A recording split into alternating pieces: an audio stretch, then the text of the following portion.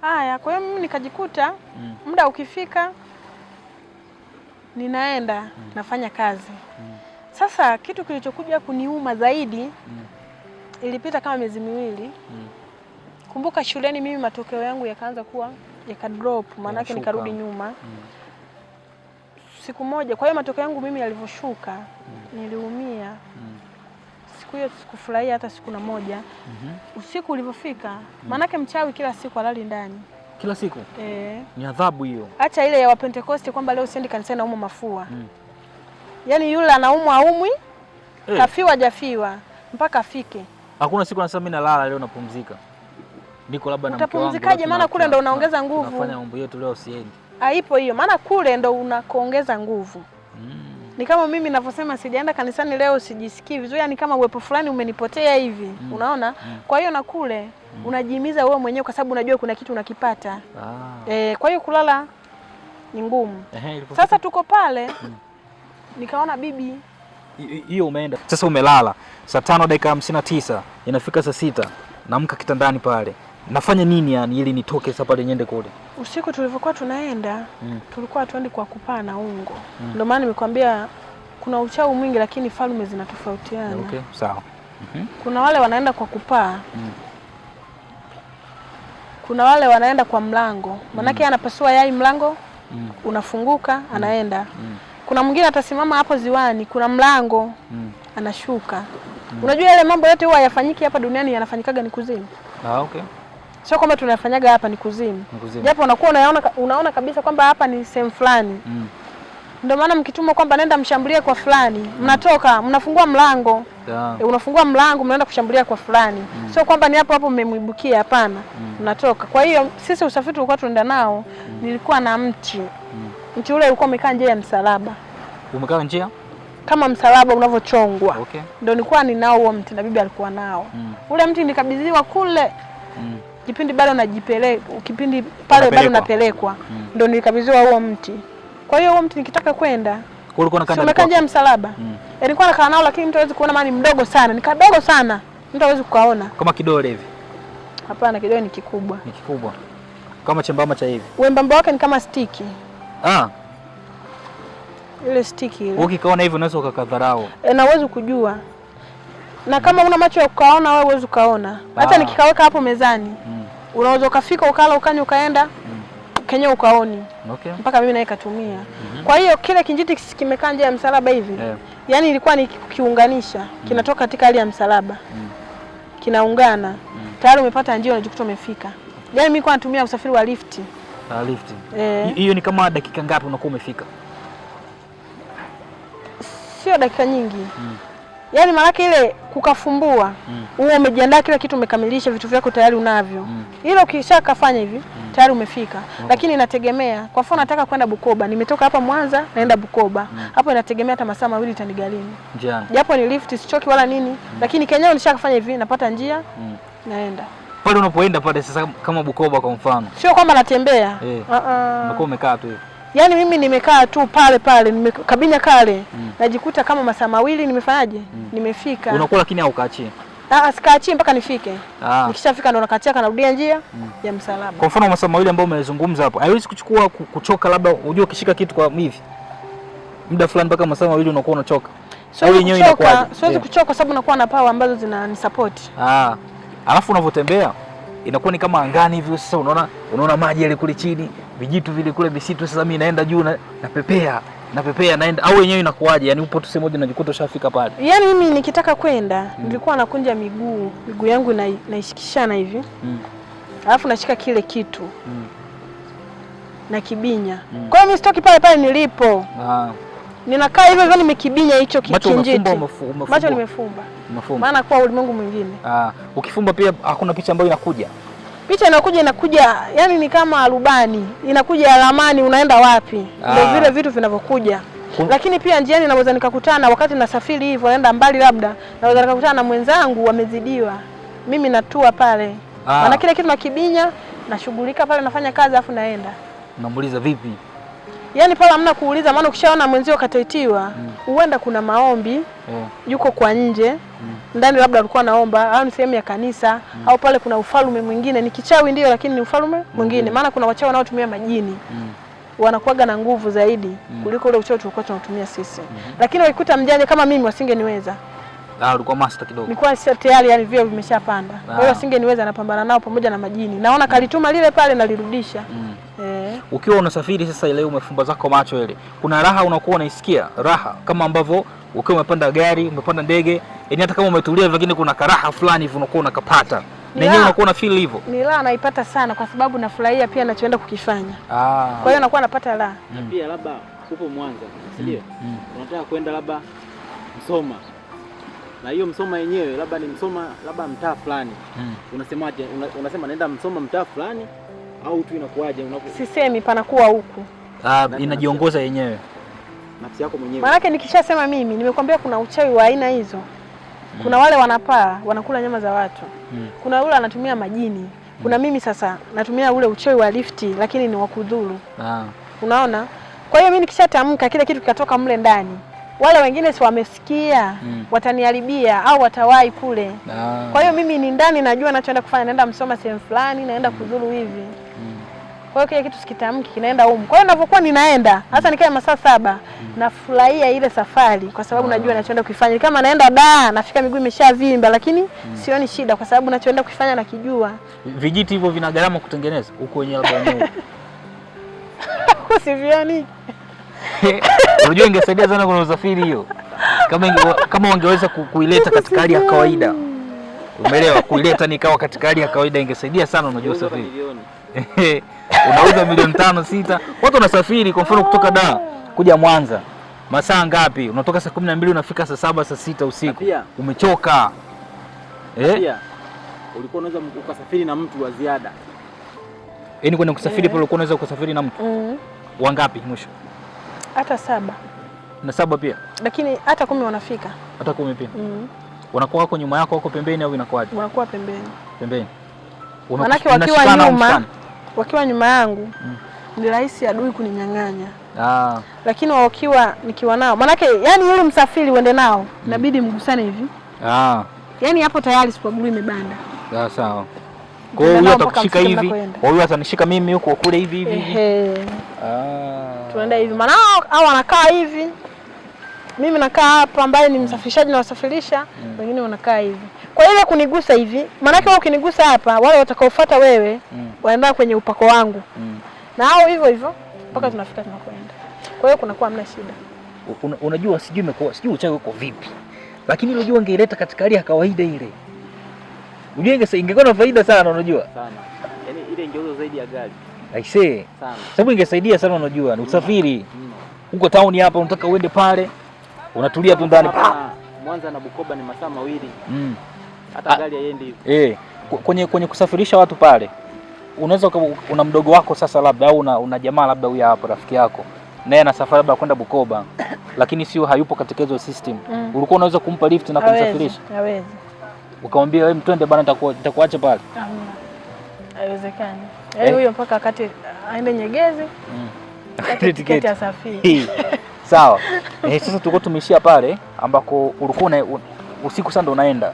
Ambako ukakutana sio na bibi, ulikuwa sio anza sio kufanya nini sijui. Zawadi anapewa zawadi bibi. Yes, kitu ambacho kiliniudhi sana. Bibi alikuwa kumbuka baada mimi ya kuingia kazini.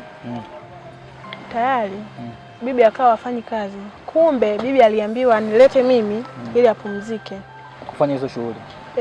Sio kwamba aache kufanya, anaenda.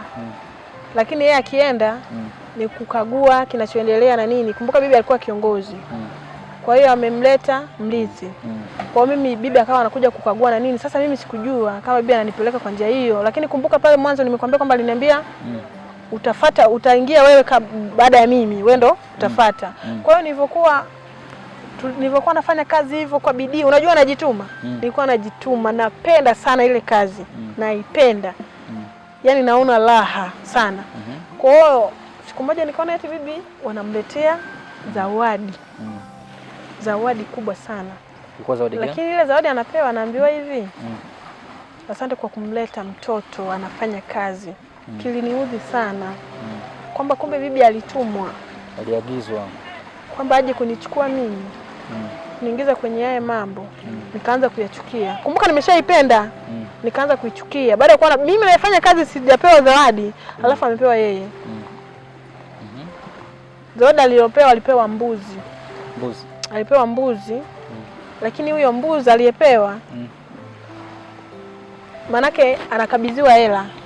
Anakabidhiwa pesa. Anakabidhiwa pesa, pesa ya kichawi. Ile pesa anapokabidhiwa manake unajikuta labda ni kama 1000 hivi. Kuna hela wanaziitaga kwamba ni hela za kigindu nini kama mnasikiaga. Anapewa hela, linakuwa ni bulungutu kubwa la hela. Naambia kanunue mbuzi uchinje ule. Lakini akija kwako sasa wewe ndio una mbuzi unataka kumuuzia. Ile hela wewe utoifaidi. Yaani kama kakupa 1000 wakati ilibidi uuze mbuzi labda 60,000 ngapi, kwa amekupa shilingi 1000. Lakini imekubaliana lile bulungutu la hela ukasema nimeuza. Yaani nimemkomesha mjinga huyo, lakini wewe hela ile hautoifanyia chochote. Okay. Yaani mwisho utamwambia labda nimenunua miswaki basi, yaani imeishia hapo 1000. Kwa hiyo ile ni hela ya kichawi. Lakini pia hata hiyo mimi kazi nilikuwa naweza kuifanya. Kwa hiyo bibi alipopewa hilo bulungutu la hela, alafu bado mkuu anaelezea kwamba umemleta mtoto anafanya kazi, anachapa kazi. Yaani kiasi kwamba hata akikuta mwenzie anadhulika, anamsaidia. Mimi ikaniudhi sana. Nikasema na yaacha. Nilivyosema na yaacha, yani shida ni ile ukishatamka kitu. Ukishatamka wanasikia. Hata ungetamka ukiwa peke yako hapa kwamba sitafanya hivi tena katika imani ya uchawi. Wewe unasikika. Ukisema kimoyomoyo? Kimoyomoyo hausikii. Okay. Kuko mle ndani. Ni wewe mwenyewe. Wanasikia wenzio. Wachawi wote majirani. Wanakuwa wamesikia kwamba huyu tayari katusaliti. Yeye anaenda kutoa siri zetu huyu. Kwa hiyo unakuwa umeshasikika. Kwa hiyo nilivyosema hivyo kwamba sasa yafanya tena bibi anaenda kumtaja kwa babu kwamba anafanyaga hivi. Swali langu hapo. Babu ni mtu alikuwa ni sali gani, kanisa gani asali? Roman. Ni muumini tu wa kawaida au ni yule kabisa na imani yake ni kubwa? Ni imani kubwa, ni kiongozi. Kwa Roman zamani msijue kwa sasa kulikuwa na hali fulani wanasema kuna ile misalaba ilikuwa inakuja. Manake ile jumuiya nini ni pale nyumbani. Ni vitu vinafanyikaga pale. Wale wamekuja sijui wa msalaba sijui umetoka wapi. Vilikuwa vinalala pale. Kwa hiyo babu alikuwa ni kiongozi mkubwa sana. Swali langu hapo, hakumjua bibi anafanya kitu gani? Hakubatika kumjua? Hakubatika kumjua na mpaka bibi amekuja kufichuka kwamba ni mchawi baada ya mimi kuwa nimekombolewa. Kwa mzee anakana na bibi mke wake babu tayari ameshakufa. Babu tayari ameshakufa. Lakini mpaka anakufa miaka yote walokaa ile hakujua hata siku na hii kwa bibi ni mchawi. Amekufa hivyo ajui. Mpaka na watoto wake sasa ambao ni baba zangu hawa wameamini baadhi baada ya kutokea njia ya wokovu mle kwenye familia ndio wamekuja kuamini vitu baadhi vimedhilika wakaelewa. Si maana kuna upofu fulani ulikuwepo. Kwa hiyo ni ngumu kuelewa. Mpaka kijiji kikaanza kusema mchawi kafahamika kwa njia hiyo. Baada ya mimi kuwa nimeokoka, nimekombolewa ndio ilikuja kufahamika. Baada sasa ya kusema sasa unataka umseme bibi na unaacha? Baada ya kusema hivyo kwamba yani mimi ndo nafanya kazi afu zawadi anapewa bibi. Mimi naye hangaika hamna. Naacha na naenda kusema kwa babu kwamba bibi anafanyaga hii kazi. Haya, baada ya kusema hivyo bibi akakabidhiwa zawadi yake. Kumbuka pale huwezi ukatoka. Milango inakuwa imefungwa, imezibwa. Kwa hiyo huwezi ukatoka hivi mpaka mkubaliane wote wakati wa kuondoka. Haya, kwa hiyo wamemaliza kumkabidhi zawadi ndio nikaitwa na mimi. Walimkabidhi usiku mchana? Usiku. Amekabidhiwa hela ya kununua mbuzi ambayo ina thamani ya hali ya kawaida 1000. Okay. Haya, kwa hiyo wizi huo. Nikaitwa na mimi pale. Nilivyoitwa na mimi kwamba nieleze faida ninazozipata kazini. Nikawa nimechukia kweli. Nikasema haiwezekani mpaka nizieleze hizo faida. Hiyo zawadi alopewa bibi niipate mimi. Bibi akaniambia nitakuua. Nikaniambia hivyo. Maanake mimi na bibi tukaanza kupingana pale. Nikamwambia unaniua na mimi nakuua. Maana hapa sasa hivi wote kuna ngele na samaki. Yaani tunauana, uniui nikakuacha. Tunauana wote. Kwa hiyo ilivyokuwa vita hivyo, ikabidi ile zawadi waigawe Pasu. Wakawagawanisha. Maanake bibi, maana yake sasa tafsiri yake ni kwamba bibi alikuwa afanyi kazi kama mimi, alikuwa chapi kazi kama mimi. Okay. Ndo maana ile ya kuileta ile zawadi tukaitenga. Lakini bado ilikuwa haina faida, maana 500 sasa ndo nini? Wewe 500 wako ulinunua nini? Hem, tukumbushe kidogo.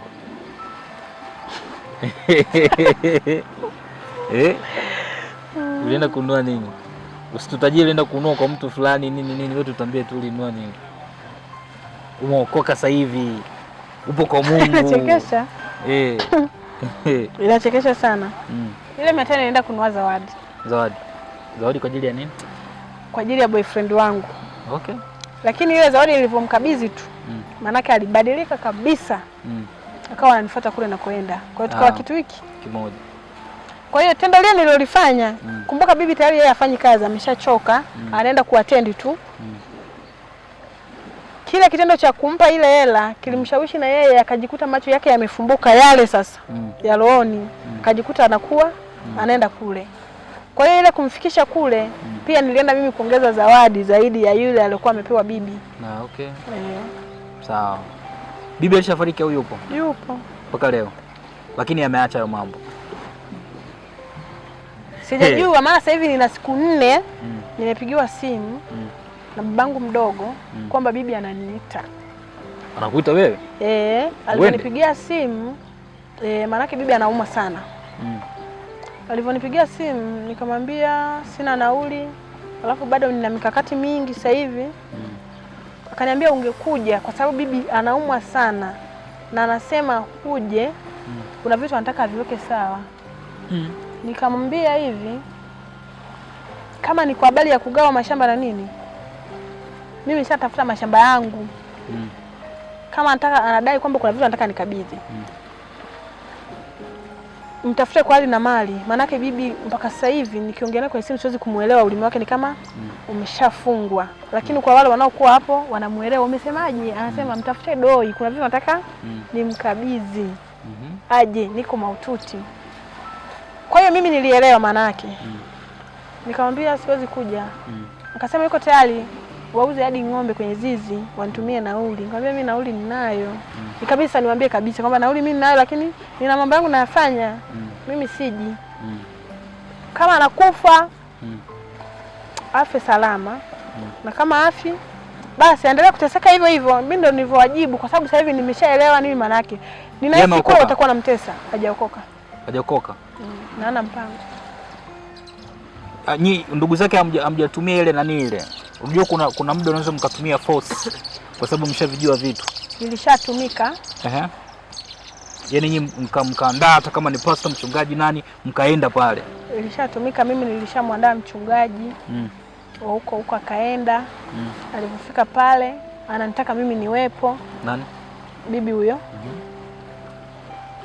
Ikawa ni usumbufu. Mchungaji akaniambia kwa sababu anasumbua hivi, huyu naona kuna mambo mengine anataka kulishiza zaidi, achana naye. Na mimi nikamwambia kwanza hata nikiomba mimi katika ulimwengu wa roho simuoni, kwanza yeye ni kama ameshakufa, mimi sina haja kusumbuka naye. Yeye nilimwambia akili aamini. Maana mimi baada ya kuokoka akujua akuambiwa na mtu aliona kule sana, pewa ripoti. Sikuna mikataba kule mimi nilisaini. Kwa hiyo alipewa ripoti kwamba huyu mtu tayari. Kwa hiyo unatufanyaje? Unatuacheje? Tunasalitiwa hapa. Kwa hiyo ndio yale mateso anayapata. Lakini pia mimi maombi nayo niliyomwombea muda mrefu sana, nilimwombea kubadilika, akukubali. Kwa hiyo hivyo sasa, kwa hiyo anavyonitafuta sijui ni nini, mimi simuelewi yani, ushirika ushaisha. Umezungumza hapo, pengine ulimwombea lakini hakukubali. Na sasa hivi umesema pengine anapitia mateso fulani, shida fulani. Shida au mateso ambayo anayapitia, naamini pengine anatamani kutoka lakini hawezi. Kuna nguvu inatumika nyuma yake. Kwa ndio sijui umeelewa? Nakuelewa. Kwa hiyo kama kule kuna watu wengine labda ujaribu kuongea nao, ujaribu kutumia force ya namna hiyo. Mchungaji zaidi ya mmoja, hata kama ni nani, sijui ni sheni nani nyinyi ndio mnataka aende pale aweze kumnani. Sababu watu wa vile wanakuaga wanatamani lakini hawawezi kwa experience ya nguvu za kichawi zilivyo. toka tumeanza kusikia vipindi, lakini kwa namna ulivyojua na ulivyotuambia hapa, kwa kuna muda wale wanahitaji ili kumuokoa yule, pengine anahitaji hivyo vitu. Sawa. Lakini pia mpaka kumuokoa mtu inabidi akubali mwenyewe. Asante sana kwa nyuma. Kuforce mimi. Haisaidia hata siku na moja. Inabidi akubali yeye kama yeye. Mpaka sasa hivi bado vitu anavishikilia. Pamoja na kwamba mchungaji alifika pala akaomba, akamsemea, Doi kasema hivi na hivi, bado Doi kasema kuna chumba fulani kuna vitu hivi na hivi, anakataa, anavificha. Mimi anataka nikafanye nini? Nikafike pala anitoe kafara au anataka nini?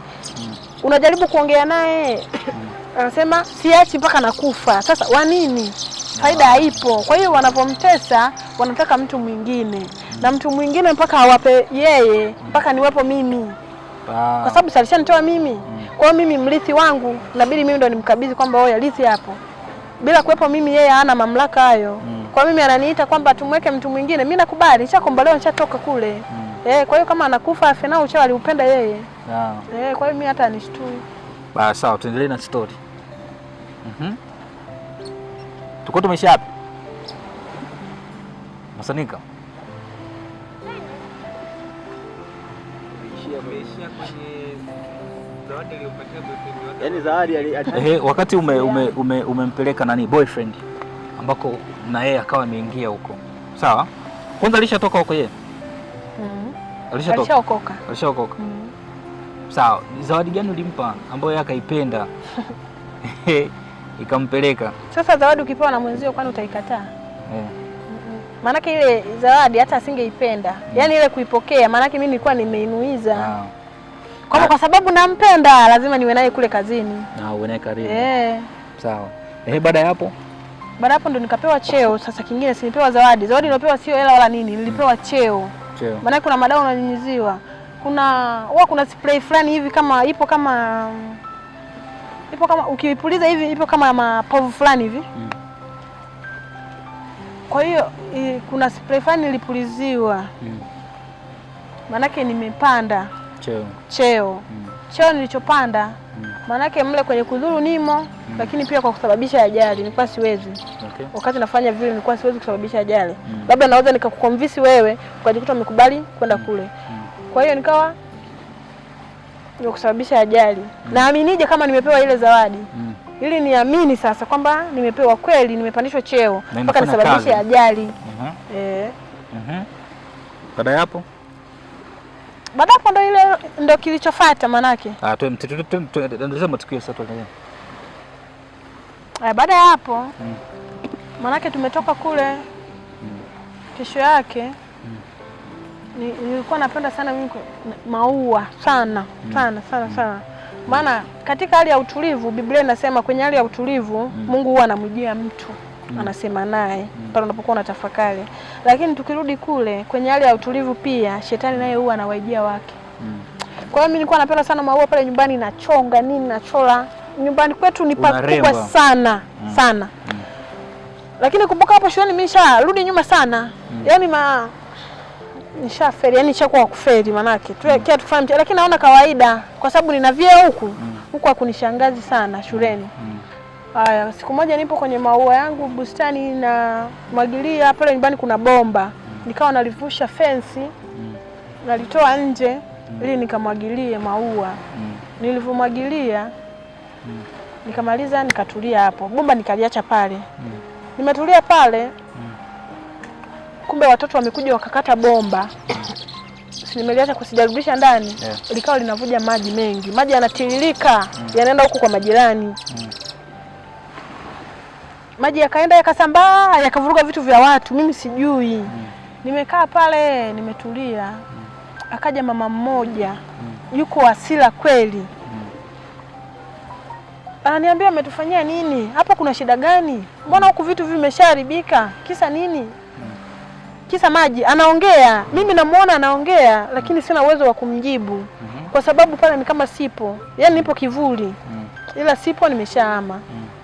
Mwanzo nimesema kwamba shetani anawajia walio wake pia, kama Mungu anavyowajia walio wake. Kwa hiyo pale nilipomaliza kumwagilia maua, nahisi nilipelekwa. kuoneshwa ajali zinavyosababishwa. Kuona. Kuona kwamba unaweza ukafanya hivi, unaweza ukajipanga hivi, inaweza ikawa hivi na hivi mpaka ukalenga shabaha ukapatia. Haya, lakini mpaka kusababisha hayo yote mpaka uwake hasira. Yaani bila hasira hivi huwezi. Haya, kwa hiyo yule mama anaeleza kwamba mabomba yameshachana huko, maji yametiririka. Mimi sina habari, maana bomba naliona hapa, kumbe wamelikata kwa nyuma. Maji yameshasambaa hivyo. Kwa hiyo yule mama akaja na hasira sana, akaongea. Lakini mimi kumjibu siwezi, nimemwangalia hivi. Mimi kumbuka sipo, nipo tu hili. Sasa ameongea baadaye akatoka. Amepiga kama hatua 2 kwenda. Mimi nikajikuta tayari namuita. Umerudi? Namuita maana tayari nimeshayaona hayo yalikuwa yanaendelea, naelekezwa jinsi nitakavyofanya usiku. Kwa hiyo unaweza kukutana na mtu njiani anaongea peke yake, kumbe aongee peke yake, kuna watu anaongea nao. Nasema huyu bangi, sio bangi. Kuna watu wanakuwa anaongea nao. Maisha. Mbona kuna watu unajua unakutana nao njiani? Sio kweli. Anapiga story. Kuna watu wanaongea nao. Hivi na hivi. Kuna watu wanakuwa anaongea nao. Unaona? Kwa hiyo yule mama nikawa namuita, akawa nielewi, anaona kwamba ninadharau, yani aniongelesha muda wote huo, mimi nimekaa nimeangalia. Sasa nikawa nashajisikia kumueleza kwamba kuna nini na nini. Ndaka niambia bomba limepasuka huko hivi na hivi. Nikaenda nikarudisha bomba, nikarudisha ndani. Nikarudi nyumbani kulala. Ndivyo lala tu kitandani. Nikawa naota nasababisha ajali. Ila ajali niliyoisababisha. Maana nikawa naonyeshwa kitakachokuwa baadaye, nitakachokifanya usiku. Ile ajali naiandaa usiku. Alafu nakuja kutokea kesho. Kwa hiyo nikawa naona mle kuna mtu ambaye nilikuwa nampenda sana. Kwenye nini? Kwenye ile ajali iliyosababisha ajali ya gari. Kuna mtu nilikuwa nampenda sana. Ni usingizini naota. Nikawa nasema hapana. Hili gari hamna. Unajua ajali mpaka ije kutokea. Sio kwamba eti ni bahati mbaya. Sijui ni kutokuwa makini kwa driver. Sijui ni abiria wamesababisha, sijui ni nini. Huwa ajali inategwa. Ajali unapoiseti. Unakuwa unajua kwamba gari fulani litapita hilo, litapita hilo, litapita hilo. Hata ziwani huko mimi nimesababisha ajali sana huko. Ziwani. Lakini sio hapa. Ila ni Ziwa Victoria, ila sio hapa. Bukoba. Unaona? Kwa hiyo nikawa nasema hamna. Hiyo hamna. Lakini kumbuka kule nimeshaoneshwa na nimeshauliza kwamba hili ni hakikisha nijiaminishe kwamba nimepanda cheo, nimepewa zawadi. Ajali naisababishaje? Kumbuka kule nishazuru watu wengi, kwa hiyo nimeshaona ni raha, nimeshaipenda ile kazi. Kwa hiyo kumbe na kusababisha ajali, yani ajali ikavuma kwamba kumetokea ajali sehemu fulani watu wamekufa hivi, basi mimi kiburi. Naona kiburi, naona raha sana. Watu wamemwaga damu hivyo, nafurahi. Kwa hiyo nikawa baada ya kuona kwamba mle kwenye gari sasa nikaletewa picha watu walivyokaa kwenye siti zao, nikamwona yule mtu alikuwa anampenda sana. Nikasema hii ajali hapana. Yule mtu alikuwa ni nani ambaye alikuwa anampenda? Usimtaje jina, nani alikuwa ni rafiki, dada, mama, mpenzi, nani? Jirani?